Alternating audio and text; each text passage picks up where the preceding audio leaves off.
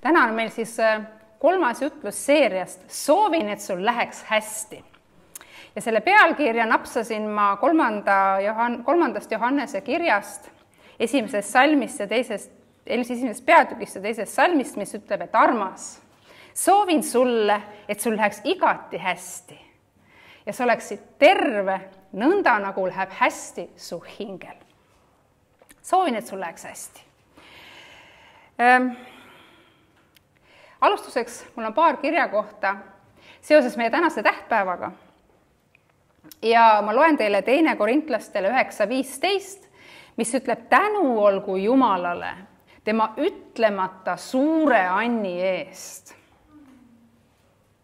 Ja roomlastele 8:32 ütleb, tema, kes oma poegagi ei säästnud, vaid loovutas tema meie kõikide eest, kuidas ta ei peaks siis koos Jumalaga meile kõike muud kinkima.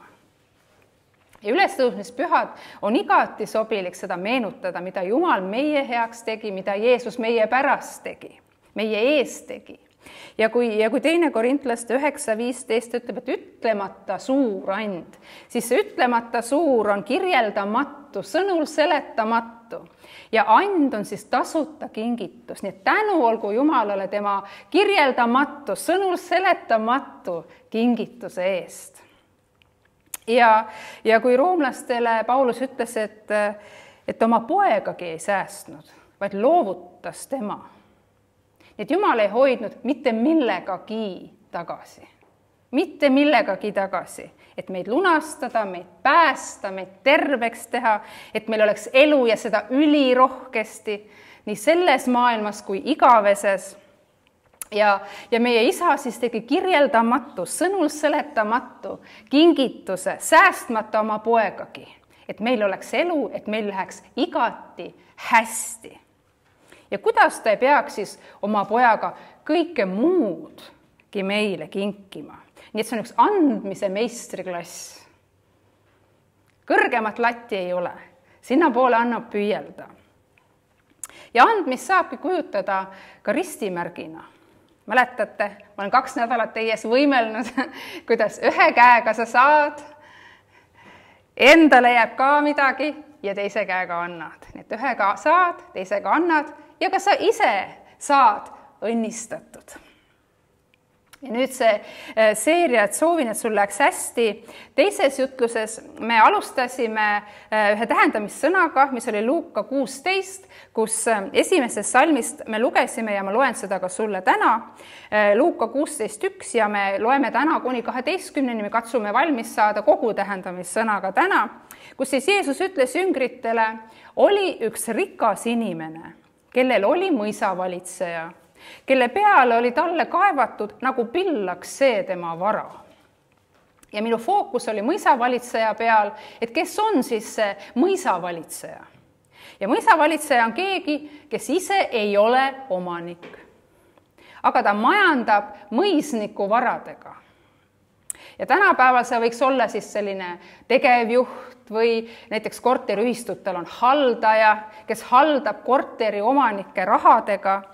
Ja ma kutsusin ka üles pilku endase heitma, et teada saada, milline on meie arusaamine, meie suhtumine, meie südamehoiak vara suhtes, mis meil on. Kas kõik on minu või 10% on Jumala ja 90% on minu või kõik on Jumala? Ja kas me oleme nõus sellega, et Jumal on omanik ja meie oleme mõisavalitsejad? Mina olen majandusjuht, mina olen haldaja, tegevjuht, kes korraldab omaniku varadega, Jumala varadega. Need vara, mis mul on, me saame läbi katsuda, kas ma olen nõus sellega, et vara, mis mul on, kuulub Jumalale, mitte mulle. Mina lihtsalt majandan sellega. Et Jumal on kõige allikas ja tema käest voolab mulle.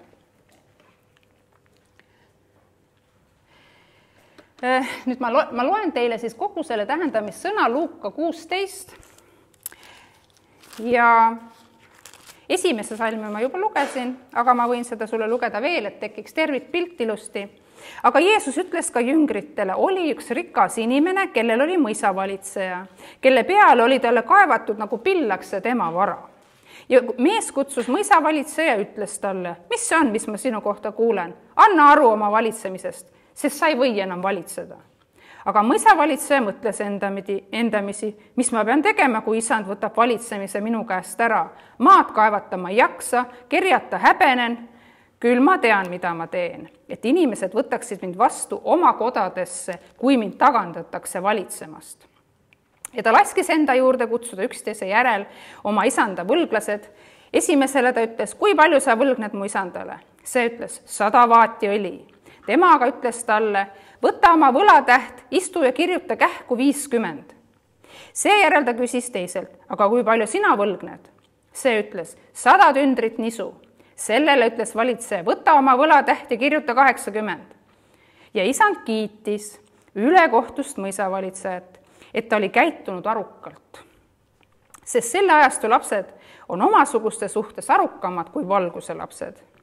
Minagi ütlen teile, tehke endile sõpru ülekohtuse mammonaga, et kui see saab otsa, teid võetakse igavestesse telkidesse.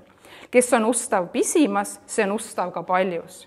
Ja kes on ülekohtune pisimas, see on ülekohtune ka paljus. Kui te nüüd ülekohtuses mammonas ei ole olnud ustavad, kes võiks teie kätte usaldada tõelist?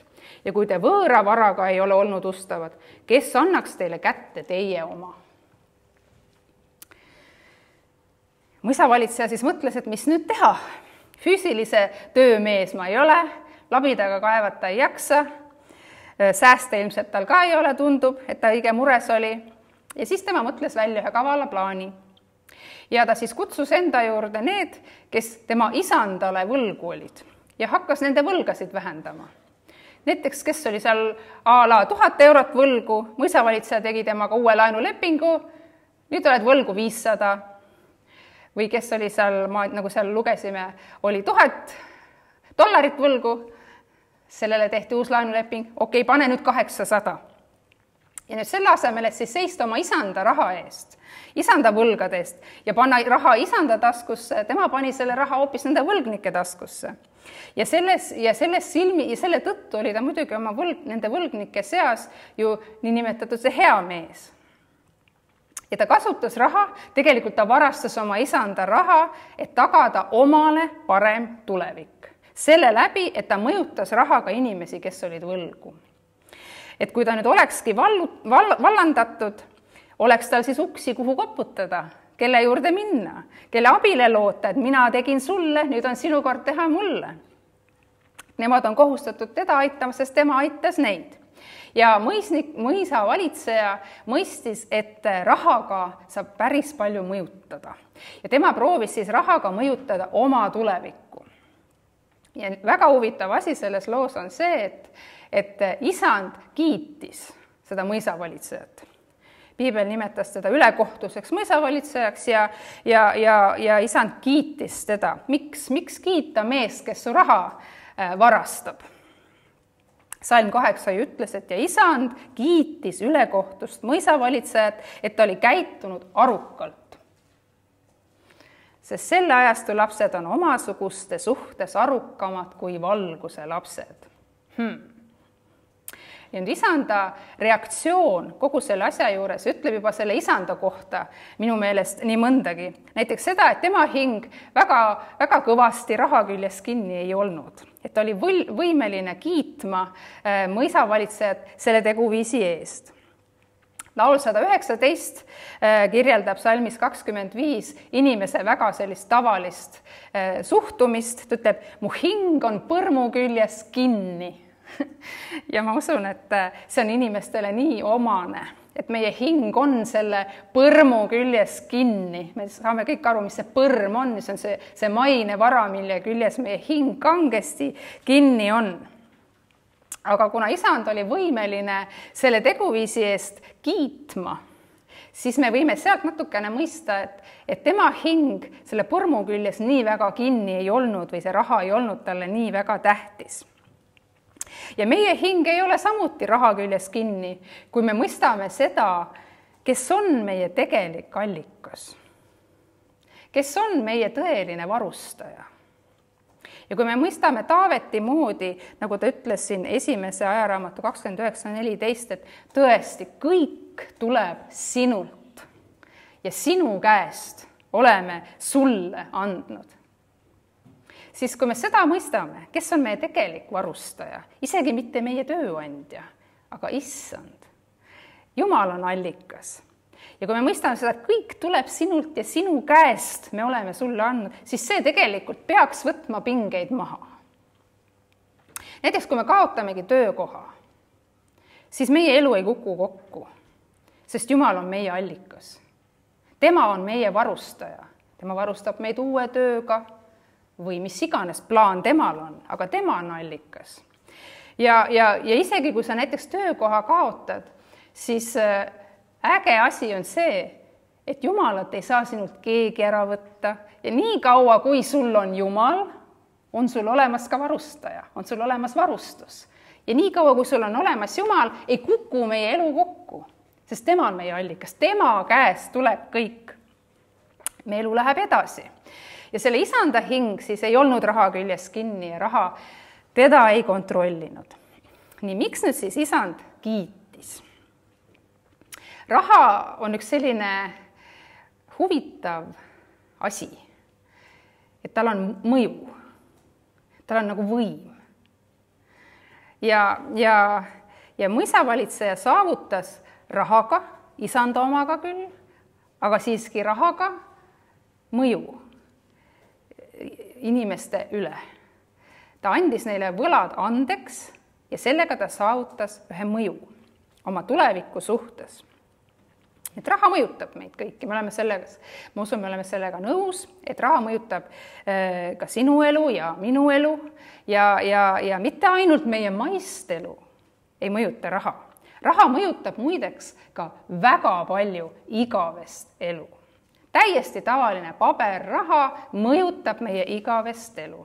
Me saame kulutada oma raha ainult materiaalsetele asjadele, aga me saame ka raha kasutada igaviku tarvis. Kogudes varandusi taevasse, nagu Kuldar ka meile kenasti luges, et kuidas ärge koguge omale aardeid maa peale, kus koi ja roste rikuvad, kuhu vargad sisse murravad ja varastavad, koguge endale aardeid taevasse. Ja nüüd, kui sa ühel ilusal päeval taevasse jõuad, siis sa näed inimesi, kes sinu andmise tõttu, sinu selle tavalise paberraha tõttu on näiteks päästetud saanud, kelle elu sa oled mõjutanud just nimelt oma rahaga, just nimelt oma andmisega. Seal on inimesi, keda sa kunagi pole näinud. Ma olen täiesti veendunud selles, et sa kohtad neid inimesi, keda sa oled mõjutanud, aga keda sa pole kunagi näinud. Nad tervitavad sind taevas. Ma ei tea, kas nad on rivis või ootavad sind kuskil ootesaalis. See saab olema kindlasti suur saal. Nad tervitavad sind, sest sa külvasid nendesse oma raha. Näiteks, kui meil täna oli ju Lootuse küla jaoks kurjandus, me oleme aastaid õnnistanud Lootuse küla. Kõik need, kes on seal päästetud saanud, kõik need, kes seal on vabaks saanud, nad ootavad sind seal ja ütlevad sulle aitäh, sest sa mõjutasid oma Anniga nende igavikku. Kõik materiaalne, see on ajutine. Aga me saame selle ajutise teha igaveseks. Me saame selle materiaalsega mõjutada igavikku ja me teemegi seda. Mõisavalitseja, tema mõjutas oma tulevikku rahaga, eks ole, andes need võlad andeks. Meie saame mõjutada rahaga samamoodi oma tulevikku, ka oma igavikku. Ja mida rohkem seda on, seda suurema jälje me saame jätta põlvkondadeks ja põlvkondadeks, nii kaua, kui seda maailma siin üldsegi on. Ja see on minu arust nii eriline, et ühe maise varaga me saame koguda varandust taevasse, tehes andmisega Jumala riigi töö võimalikuks. Ja nüüd selle salmi valguses, kus isand kiitis ülekohtust mõisavalitsejat, et ta oli käitunud arukalt. Mul tuli meelde üks selline arutelu, mida me Merkaga arutasime, et kas näiteks tehisintellekt on saatanast või ei ole. Ja kunagi oli täpselt sama küsimus, kui internet tuli. Kas internet on saatanast või ei ole? Aga me saame panna selle interneti, mõni ütleb interneedus ja ma ei tea, mida kõik on ju, aga me saame panna selle interneti ja selle tehisintellekti ju mõjutama Jumala riiki. Samamoodi nagu rahagi, eks ole. Kui sa suunad selle asja õigesti ja saad teha Jumala riigi tööd selle võrra efektiivsemalt, siis oled sa ju mõjutanud, siis on see töörist ju hea, eks ole. Ja me saame mõjutada Jumala riiki sellega, et see saab tehtud efektiivsemalt ja nii edasi. Nii et valguse lastena me võime käituda arukalt, kasutades neid vahendeid, mis meil on Jumala riigi töö efektiivsemaks tegemiseks, Jumala riigi laiendamiseks. Ja kui 9. salm ütles niimoodi, et minagi ütlen teile, tehke sõpru ülekohtuse mammonaga, et kui see otsa saab, võetakse teid igavestesse telkidesse, siis raha on vahend, et teha sõpru, et puudutada inimeste elusid. Seda saab teha ka ilma rahata, loomulikult. Aga raha on ka vahend, mis annab võimaluse puudutada inimeste elusid laiemal määral, efektiivsemalt mõjutada. Et nad saaksid siis taevasse, mitte ei läheks põrgu. Ja taevas me kohtume inimestega, kes tänu sinu andmisele, sinu lahkusele need inimesed on taevas tänu sinule. Nii et rahaga saab ajalikust teha midagi ajatut. Materiaalsest saab igavene. Rahaga me saame mõjutada. Ja raha annab meile võimaluse teha asju, mida raha puudumine ei võimalda. Nii et raha ei ole kurja juur. Raha ahnus on kurja juur. Palju raha ei ole ka kurja juur. Raha ahnus on kurja juur. Ja rahaga saab teha ajalikust ajatu. Raha ei ole halb, raha on oluline vahend. Mida me näiteks siin kirikus teeme? Me hoiame seda maja püsti, tegelikult me hoiame 2 maja püsti, et inimesed saaksid tulla Jumala sõna kuulama ja abi saama. Me võime kodulehel alati kuulutada, igal pühapäeval on avatud, tule. Naistekas on avatud, meestekas on avatud, noortekas on avatud. Ja see, et meil on arved makstud, see, et meil on uksed lahti, kas see on igavikku külvamine? Et iga külv, mida sa siin teed nädalast nädalasse, sa külvad sellega igavikku. See on olulisem, kui sa oskad arvata. Sinu and on olulisem, kui sa oskad arvata. Ja nagu ma ütlesin, et kunagi sa kohtud taevas Lootuse küla inimestega ja kindlasti veel paljudega, siis samamoodi sul leiab kindlasti aset seal kohtumine noortega, lastega, meestega, naistega, kes sind tänavad, et sa külvasid nende ellu. Sest laps, kes sai lastekirikus käia, hetkel meil küll lastetööd ei ole, meil on 25 aastat olnud lastetöö, see kõik ju eeldas, eks ole, finantse, noor, kes sai noortekas käia, nad tänavad sind, et sina, just nimelt sina, külvasid. Kas siis tööd tehes, me tänasime täna ju töötegijaid, eks ole, kas sa külvasid tööd tehes, oled külvanud ja külvad edasi või siis annetades. Et iga töötegija mõjutab oma tööga igavikku. Näiteks, kui me läheme natuke isiklikuks, võtame näiteks Merilini. Merka, Merilini kuidagi ei ole üldse suupärane.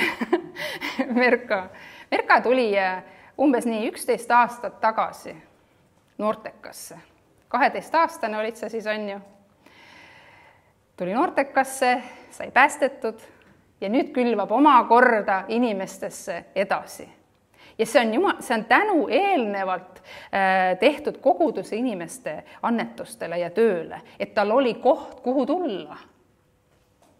Tal oli koht, kuhu tulla ja päästetud saada.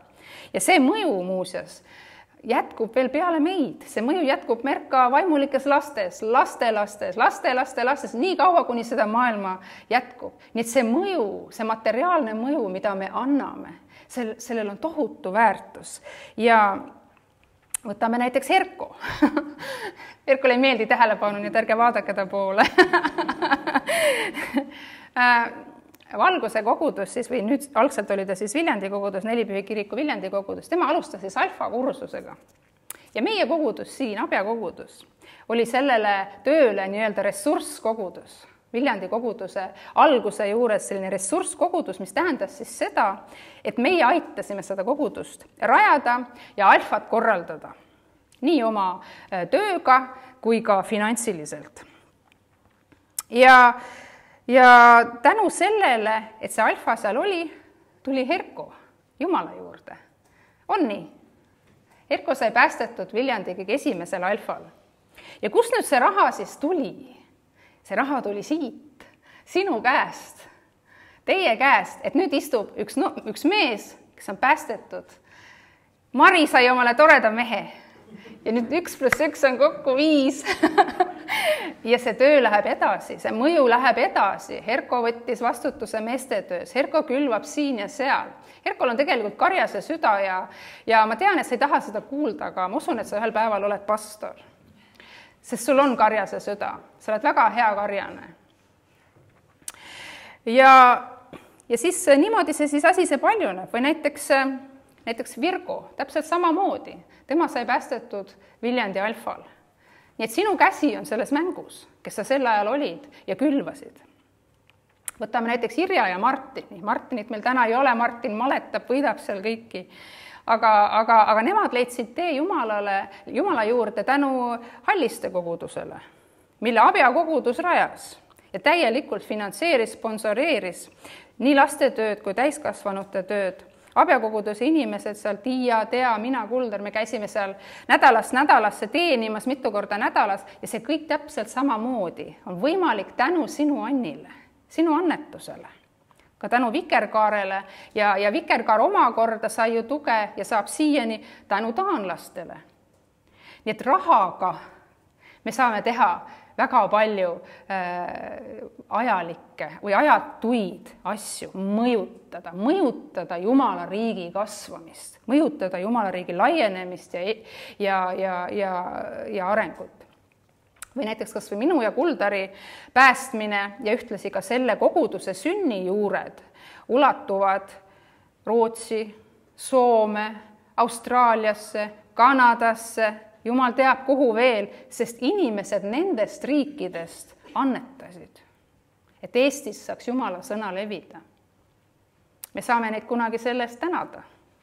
See seltskond, kellega me saame sel teemal rääkida, saab olema taevas päris suur.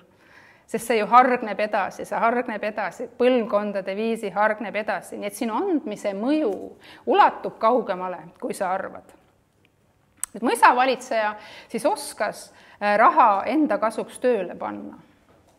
Meie oleme seda teinud ja saame ka seda edaspidi teha Jumala riigi kasuks. Me saame olla need mõjutajad Jumala riigi kasuks. Ja samal ajal ka enda kasuks. Sest kui Jumal saab sinu kaudu anda, siis saab ta ka sulle anda. Ja meile antakse vastavalt sellele, kuidas Jumal meid saab usaldada. Kui sa järgid tema sõna andmise suhtes, siis usaldatakse sulle rohkem. Sa mitte ei teeni seda kuidagi välja, vaid kui sina usaldad Jumalat rohkem, siis saab tema usaldada sind rohkem.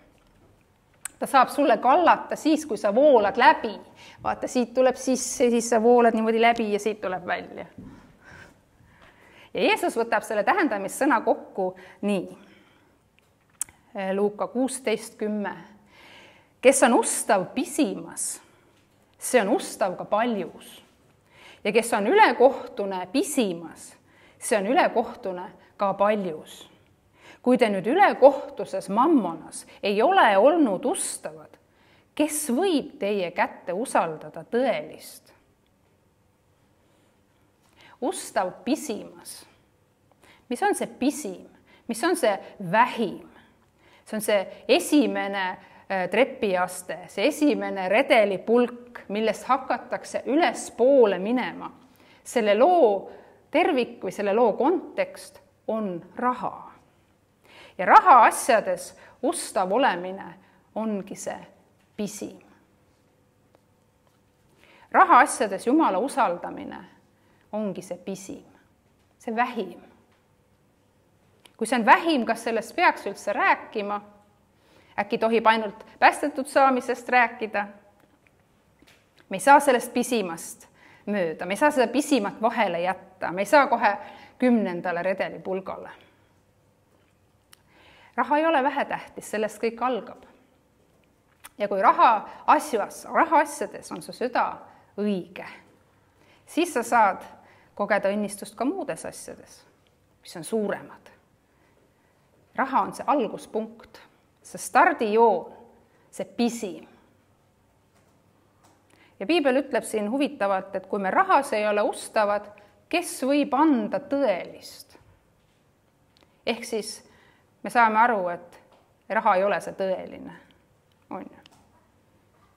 Raha ei ole see tõeline rikkus. See on see vähim, see on see pisim. Ja kes on ustav pisimas ehk rahas, see on ustav ka paljus. Kes on ülekohtune pisimas, see on ülekohtune ka paljus. Jumal näeb seda asja nii. Ja see ustavuse test on raha. Salm 12 ütleb, et ja kui te võõra varaga ei ole olnud ustavad, kes annaks teile kätte teie oma? See salm toob jälle esile selle mõisa valitsejaks olemise mõtte.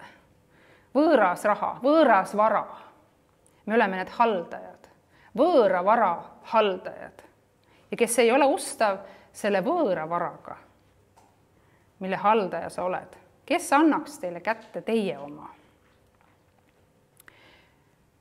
Jätan sulle mõtte koju kaasa jälle nagu eelmine kordki, et kui Jumal saab sind raha asjus usaldada, siis usaldab ta selle sinu kätte.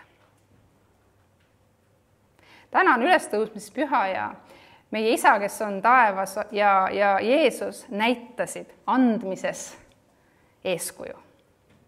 Ja tänu olgu talle selle eest. Ja meie oleme siin, kus me oleme, tänu tema andmisele, selle kirjeldamatu, suurepärase, imelise, võrratu, isetu Anni eest.